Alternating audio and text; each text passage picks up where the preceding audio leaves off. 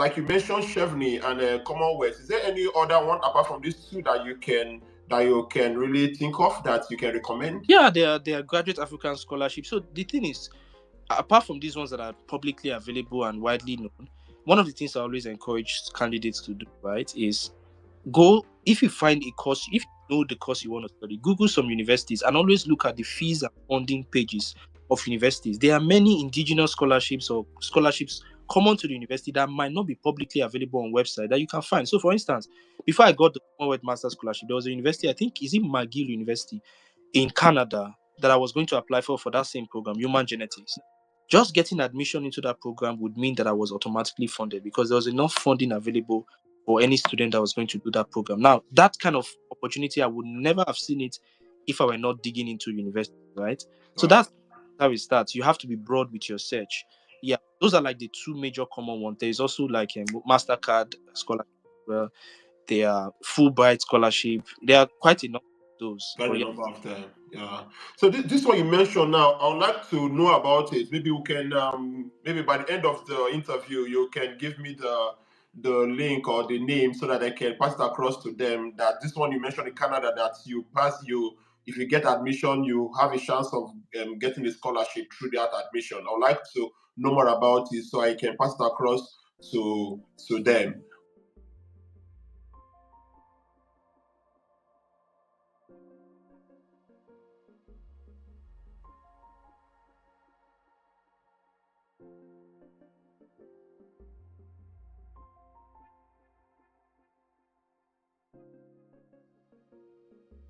What are the challenges that you faced during your time in the UK as a scholar? When you got there, and how did you manage to overcome the challenges? Yeah, so there's always a challenge every time you go into a new environment. And for me, it was culture shock was one of the ones, right? I was leaving Nigeria. I've never, in quotes, as I then traveled out of Nigeria before.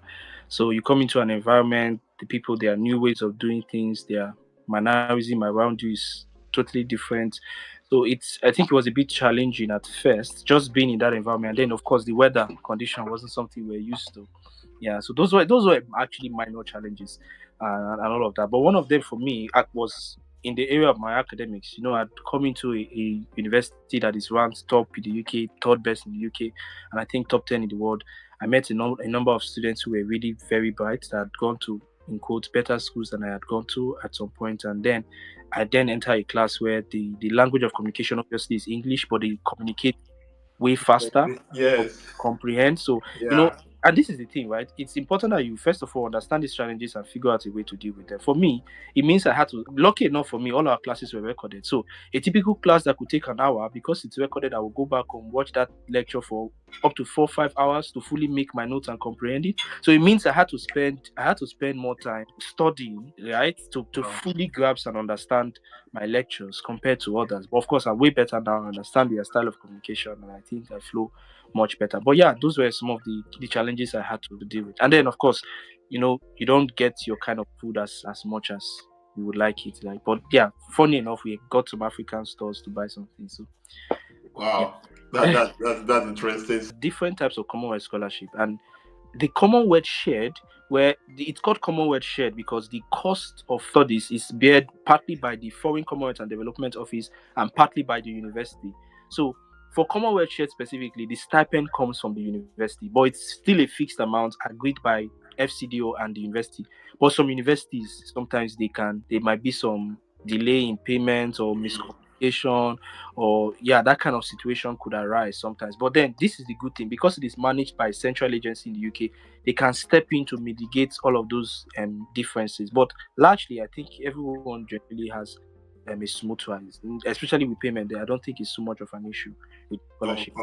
Okay, perfect. And I also want to ask courses that kind of like the students that are eligible to participate in the scholarship. Is it any course, or is limited to only sciences? For that scholarship, it's any course of your own choosing and any university. Again, I said there are different types. Chevening, any course, any university. Commonwealth Masters, any course, any university, right?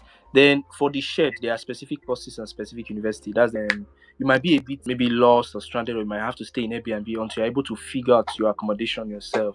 So that can also be maybe another challenge that I forgot to mention. But they give you the money that should cover for your accommodation and your living expenses, but you actually have to find your accommodation. So, for instance, I have a friend who got a Chevening scholarship, who specifically had to message me on LinkedIn. Like, we got communicating on LinkedIn. He was going to come into my school through Chevening scholarship, and he messaged me. And because of that, I went to pick him up at the airport. He stayed with me for a while till he got his place. So that is actually a cost you have to bear. You have to figure out how to sort your accommodation. Oh, wow. But they will give you the money. And even for me, I got the money even before I came into Nigeria. Like, I got a card credited so that when I was coming, I would have some money to spend. So they can as well do that. Yeah. Wow. Okay. God, that's good to know. So it's very important to know that the major challenge is going to be you looking for the accommodation yourself. So, which means, is it possible that, okay, if I have somebody living in the UK, I can stay there and then they'll still be paying they'll still be giving me money? Do they ask for proof that you rent a place, or I can do it as I want? Yeah, that's totally up to you. Lucky you if you have somebody you can stay with. Your stipend remains your stipend. They'll give you what they need to give you. So yeah, although some people actually they can still work with their university, because universities will always suggest accommodation for you on every website. They have guidelines. It's not like they leave you on your own, right? They will give you websites to search for the accommodation, and some universities have potential rooms that you can make a bid for. They can help out with that. But yeah, if you've got somebody you can stay with for free, and then they give you the stipend, it's your money, you keep it. Oh, okay, perfect. That's good to know. Someone is asking again, can you work over there while on scholarship? You can. You have your visa permits you to work up to 20 hours per week. You can. You have to find a job, right? So casual work. At least for me, so at some point I was like doing event waiting, weddings. It also gave me an opportunity to move around London as well. So you could find that you could even do part-time tutoring. It's up to you, but that is totally based on you and your ability to find it. Do you think the load as a scholar, your academic load, how did you balance yours? The time you were working and also while you were studying? How do you balance it as a scholar? Again, you are not obligated to work. In fact, you are highly discouraged from working so that you can focus on your studies, right? But for me, it wasn't so much of a challenge because my work was very flexible and it was something I could do mostly weekends, to be honest. You don't get to be in the classes 247. There are core times you get a proper timetable. You know the times you have to be in class and the times you have to be away, right? So yeah, because the scholarship covers, again, like I said, your living expenses and your tuition. Your job is not a necessity per se, or it's not something that is compulsory for your survival. It is only important that you do that if you want to, or maybe meet other financial demands from family, or as it were, to save and to increase your savings. But that's totally up to you. But yeah, apart from that, it's just understand your timetable, know what you can handle, and then decide on your shift. Okay. How was the scholarship itself? Because definitely there's an impact it must have made on you. How was it shaping you, your career goals, in your future plans? No, this one is touching. Like I said, I wanted to do this course in genetics. I loved the opportunities that molecular biology and genetics offered to medicine and physiology in terms of how, now we're talking about, for instance, a gene based therapy that was approved now that can help cure sickle cell anemia. Like, these are diseases that up until now nobody had thought of a cure, but it's a gene-based therapy. They edit the genes and then you eventually get well, right? So I love the prospect of molecular biology and medicine. And like I said, the expertise is not, again, as at then, wasn't available in Nigeria. So having to do this course was incredibly important. I got on doing my project that I spent about six months. I was opportunity to use CRISPR-based gene editing to uncover or to work on a specific type 2 diabetes variant, like a variant that confers or increases the risk of type 2 diabetes. My project was basically trying to validate that variant is actually causal or it can actually be implicated with type 2 diabetes. So again, that experience even helped me get my next job, which I then went to do in University of Bath. It was based on cancer research. Then I moved to Oxford for another 1 year of research assistantship before I started my PhD. And that was my PhD about. It's basically trying to predict cancer early based on one or two genetic elements, right, as it were. And it's something that I genuinely love. I don't think I'll be doing the things that I'm doing now if I didn't have that background in human molecular genetics. So it has played a significant role in my career trajectory, and I'm genuinely glad and happy to be doing it. Wow, that's very perfect to hear. I know you already as a very hardworking person, a determined and a very focused person. That's for sure. I know that for sure. So I will wrap it for today. We'd like to know what is next for you after this. Are you planning to go into a professional area? Because now you're doing your PhD already.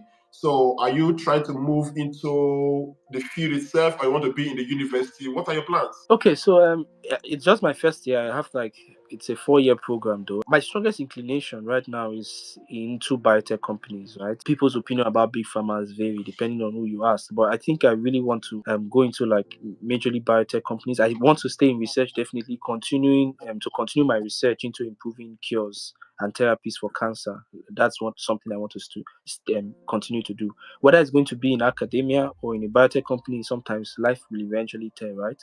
But yeah, one thing I know for now is I really want to stay in research, continuing and to continue my work and to advance medications and therapies for diseases like cancer. It's something I really want to do.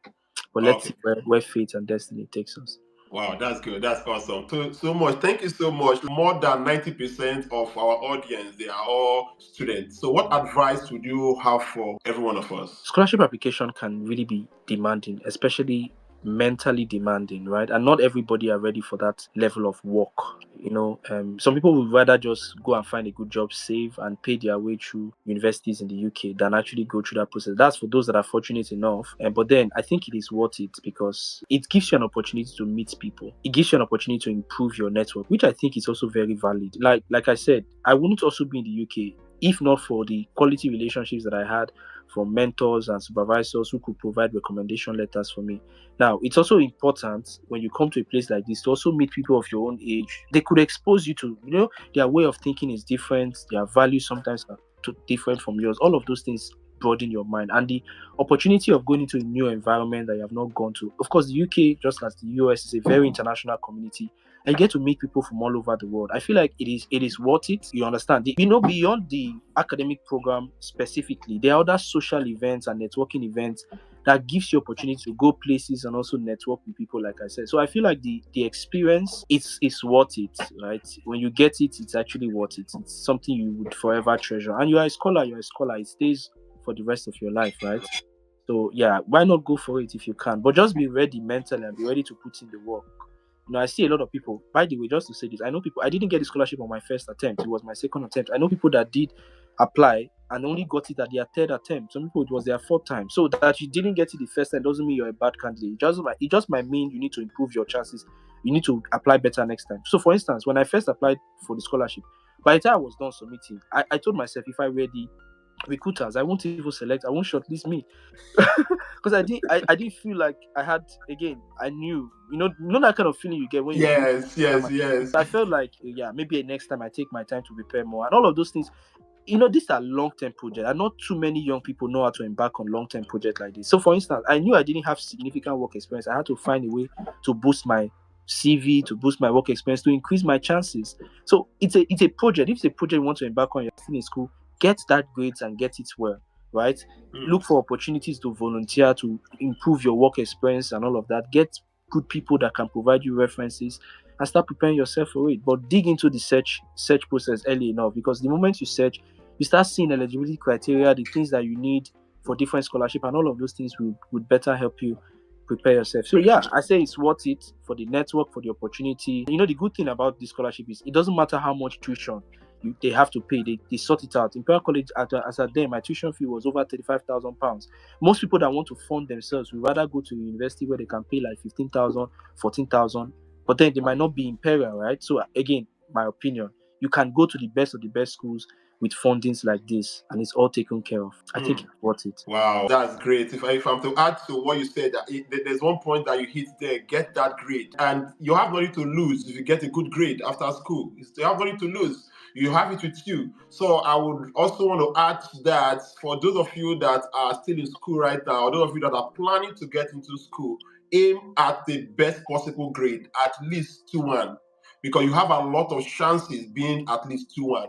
A lot of chances. Like, you can easily adjust other parts of your requirement, but the grades, you can adjust that part. It is once, so you can't go back and change it. But then other parts, you can adjust it. So I also want to add, focus on getting the best grade. Don't go below 2-1. What did you do after the masters? So after my masters, I went to work. So once on a student visa, you are eligible to apply for post-study, which is called a graduate visa, for up to 2 years. If it's after a master's, 2 years. I think after a PhD, up to 3 years for a graduate visa, which allows you to stay back in the UK and work and gain significant work experience. So I explored that option. To be honest, I didn't want to do a PhD immediately after my master's, because I felt I really needed to be exposed more to science to know what available options and what research would really interest me. So that's why I went on a job where I was still in academia anyway. I was a research assistant first at the University of Bath for 9 months. I went for a number of conferences just to explore science from a broader perspective. Then I also came into Oxford as a research assistant for 1 year before moving into my PhD program, which I thought was genuinely helpful in preparing me with the research skills and research experience to do a PhD in a place like the University of Oxford. Yeah, so I worked. You can explore that option and work for up to 2 years before doing a PhD, or maybe going back to your home country or getting a work visa or something else. It's up to you. Okay, good. So someone is asking that is a Commonwealth Masters scholarship only for UK universities? Specifically, yes, it's only for UK universities. David, do you have any last word for us before we say goodbye? Yeah, it was an incredible opportunity to be here. I'm genuinely glad, and I hope that someone could pick one or two lessons, right? Do not allow those challenges you experience break you. Let them mold you. Like I started by saying, it was the fact that I know many students also experience that difficulty financially, even with their studies, that forced me to start thinking about scholarships in the first place. And having tried it and it worked successfully in undergraduate, it primed me even more to keep trying, even in the university. And the opportunities that I've accessed with this scholarship, I don't think I would have otherwise been able to afford it myself, even with maybe the best jobs again in Nigeria, my thought. So I think it is worth it, and I would genuinely encourage you to go through it. The way you just pick up your phone and you chat on WhatsApp or social media, at some point, just pick up your phone and be Googling through schools. It became like that. There was no day I was not searching some university. Sometimes I would just, there's a university called University of Birmingham. Let me just Google through University of Birmingham to see what courses are available and what funding they might have. Again, that's how I stumbled on that Canada one. And I'm sure that there are many opportunities like that. So my thought is, if you really want this, you can get it. But are you willing to pay the price? Wow, that's awesome. Thank you so much, David. All right, bye.